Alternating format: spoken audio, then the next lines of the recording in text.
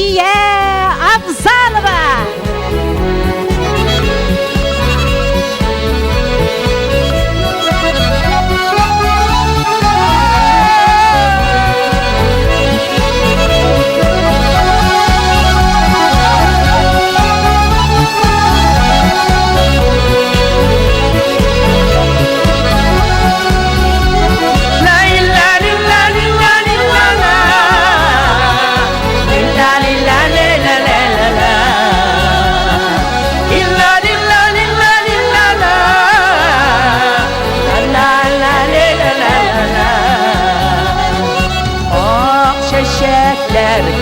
Var yava hatırlatıp yemle maykişin şumut şeşen ottan duayda yürgeniyle yıkan murkişin şumut şeşen ottan duayda yürgeniyle yıkan murkişin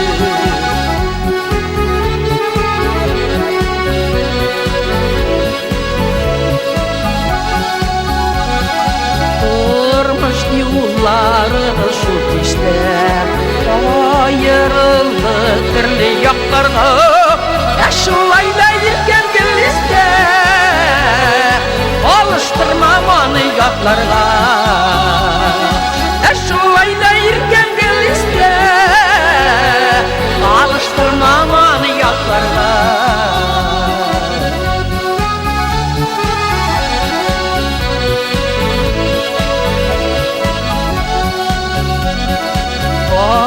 aralarda uzun yollar var Ütleriydim de bir varmıy Görüşürken nice yıllar var Nice güzel mısın sağlamıy Görüşürken nice yıllar var Nice güzel mısın sağlamıy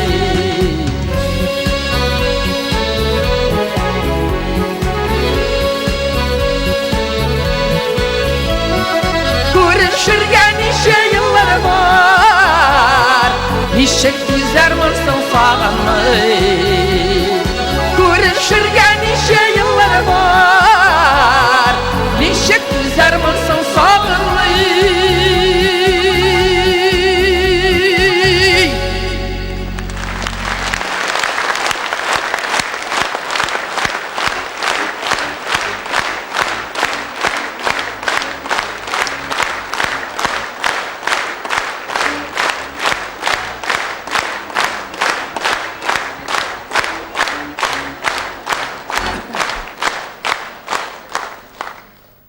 Zor rahmet dostlar, zor rahmet.